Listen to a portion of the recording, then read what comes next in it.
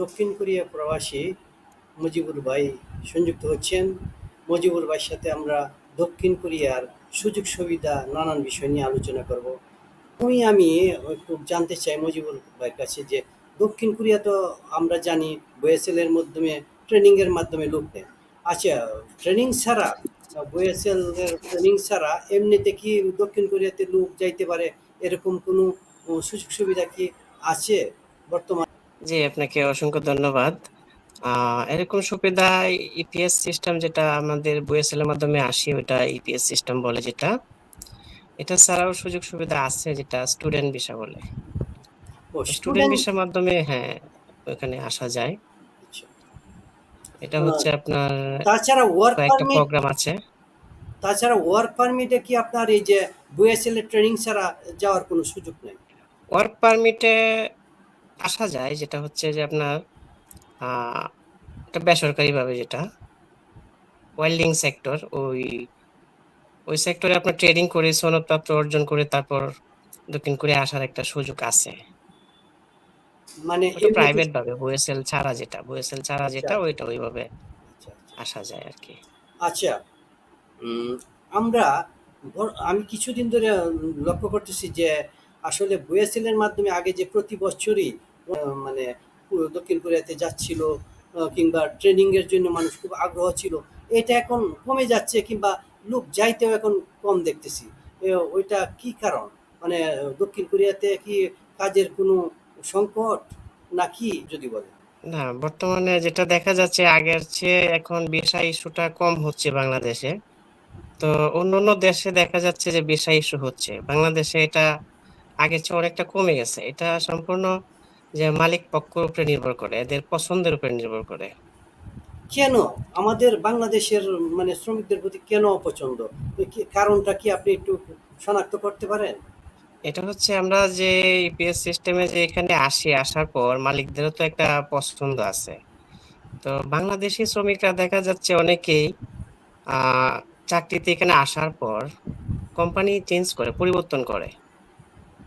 অল্প সময় কাজ করার পর কোম্পানি পরিবর্তন করে, এটা মালিকদের জন্য অনেকটা বিরক্তিকর। অনেকেই ও মনে করেন যে বেতন কম, আরেকজনের বেতন বেশি পাচ্ছে, তো ওইখানে চলে যায়। সেক্ষেত্রে কোম্পানি পরিবর্তন আচ্ছা, কোম্পানি যে পরিবর্তন করে, তো ওইখানে যায় কোম্পানি পরিবর্তন করতে পারে, এটা কি দক্ষিণ কোরিয়ার কোনো নীতিমালা নাই যে আসলে পরিবর্তন করতে পারবে না? না, এটা তো আপনার নীতিমালা এরকম নাই যে শ্রমিকের যে কোনো সময় আপনার কোম্পানি পরিবর্তন করতে পারবে। সমস্যা দেখায় তো পরিবর্তন করে, এছাড়া করে না। আচ্ছা, এই তো সমস্যা সেই যেটা দিক দিয়ে তো। হয় এটার জন্য পরিবর্তন করে। সমস্যা না হলেও অনেকেই যে বেতন কম পাইতেছে আর অন্য জায়গায় একটু বেশি, সেই ক্ষেত্রে কোম্পানি পরিবর্তন করে অনেকেই। ওইটা মালিকদের জন্য একটা বিরক্তিকর। আর দেখা যাচ্ছে যে বাংলাদেশ থেকে যারা আসে, ভাষা শিখে আসে, এখানে আসার পর ভাষাটা তেমন একটা পারে না। তো অন্য দেশের লোকেরা ভাষায় খুব এক্সপার্ট। ও, এটাও তো একটা কারণ যে ভাষাকে আসলে বাংলাদেশের খেয়াল লোকেরা রাখতে হবে। ভাষাটা একটু এক্সপার্ট কম। এটাও একটা কারণ। হ্যাঁ, হ্যাঁ, ভাষাটাও এক্সপার্ট কম। ভাষাটা ধরে রাখতে হবে। যারা কোরিয়াতে আসে পাশ করার পর অনেকেই যে এখন তো পাশ করছি, এখন আর ভাষা পড়লে কি হবে। সেই ক্ষেত্রে আমরা ভাষাটা চালু রাখতে হবে, প্র্যাকটিস রাখতে হবে। অন্যান্য দেশের লোকেরা অনেক বেশি এক্সপার্ট, আচ্ছা, অনেক ভাষা পারে। ইচ্ছা করলে একটা শ্রমিক অন্য জায়গায় যাইতে পারে, কিন্তু এটা ওই কোম্পানির জন্য একটা বিরক্তিকর। 1 বছর কাজ করে যদি একজন পরিবর্তন করে সেই ক্ষেত্রে মালিকদের কোনো কমপ্লেন নাই।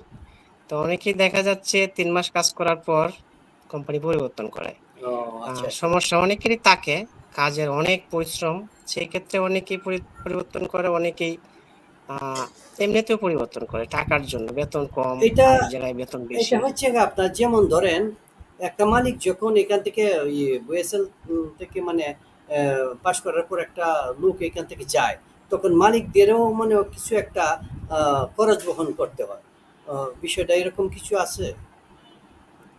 হ্যাঁ, মালিকরা তো একটা খরচ বহন করে এখানে আনে, তার পিছনে কিছু খরচ হয়। খরচ করার পরে একটা শ্রমিককে এখানে ভিসা ইস্যু করে। তাহলে মূল বিরক্তিটা ওইখানেই মনে হয় যে একটা মালিক আসলে অনেক খরচ টরচ করে ওইখান থেকে নেয়, নেওয়ার পর দেখা যায় যে ওই 3 মাস পরে চলে যায়। কি মনে করেন? এটা আসলেও আমাদের জন্য কি খুব দুঃখের বিষয় যে আসলে কমে যাচ্ছে। কমে তো অনেক যাচ্ছে, যদি একসময় দেখা যায় যে নেয় না, তো বাংলাদেশের জন্য এটা তো দক্ষিণ কোরিয়ার শ্রম বাজারটা তো আসলে এটা অনেক ভালো একটা বিষয় সেটা। হ্যাঁ, বাংলাদেশে ক্ষতিকর। দক্ষিণ কোরিয়ার শ্রমবাজারটা হারালো। হ্যাঁ, হ্যাঁ, এই। দক্ষিণ কোরিয়া প্রবাসী, তো সেই ক্ষেত্রে আপনার কি মতামত যে আসলে এটা ধরে রাখার ব্যাপারে আপনার কি মতামত যদি একটু বলেন আর কি আপনি।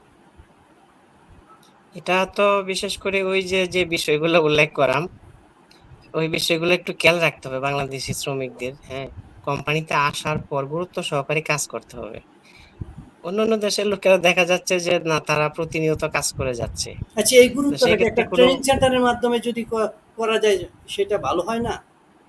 যে একটা যখন ট্রেনিং করে, ট্রেনিং এর ক্ষেত্রে এইটাও একটা পড়াশোনার অংশ যে তোমরা আসলে এই নীতিমালাগুলা সঠিকভাবে ধরে রাখবা, এতে করে বাংলাদেশের জন্য উপকৃত। এটা আপনার এই যখন এই ইপিএস সিস্টেমে শ্রমিক আসে তখন বুয়েসেলে একটা ট্রেনিং করানো হয়। একটা ট্রেনিং করা হয়। ওই ট্রেনিং এর মধ্যে সবকিছু সুন্দর করে বোঝানো হয়। তারপরে শ্রমিকরা এখানে আইসা সেটা আর খেয়াল রাখে না। এটাই আমাদের দুর্ভাগ্য পরিবর্তন। আসলে। হ্যাঁ, হ্যাঁ, হ্যাঁ। ঠিক আছে। খেয়াল রাখতে হবে। ভাষাটা ভালো করে জানতে হবে এবং কোম্পানিতে আসার পর অন্ততপক্ষে ১ বছর ২ বছর কাজ করার পর কোম্পানিটা পরিবর্তন করলে মালিকরা অন্ততপক্ষে খুশি হবে। না আচ্ছা বাংলাদেশের লোকগুলা অনেক ভালো। আচ্ছা ভাই, আপনাকে আর সময় নষ্ট করবো না, আসলে আপনি প্রবাসী মানুষ, আপনি অনেক অনেক ব্যস্ততার মধ্যে থাকেন।